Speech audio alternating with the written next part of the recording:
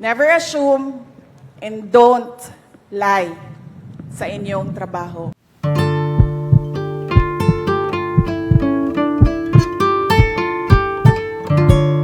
Sa ating mga future award-winning journalists, meron lang akong dalawang paalala sa inyong lahat. Hindi ko na pahabain yung aking speech.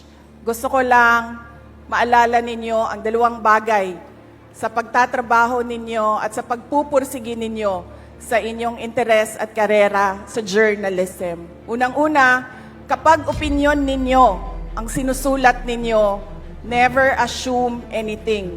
Huwag ninyong ipaghalo ang assumption at opinion. Magkaibang bagay yon.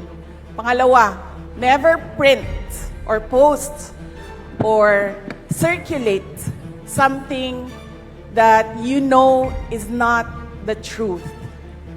Huwag ninyong gawin na sirain ang buhay ng ibang tao, sirain ang imahe ng iba't ibang organisasyon o ng mga tao sa alam niyong hindi totoo.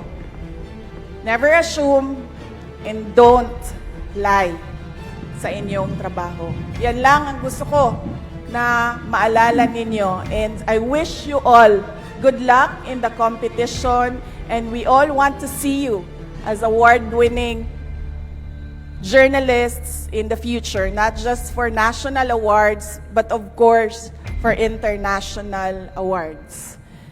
By the power vested in me as the Secretary of the Department of Education, I hereby declare the 2024 National Schools Press Conference open.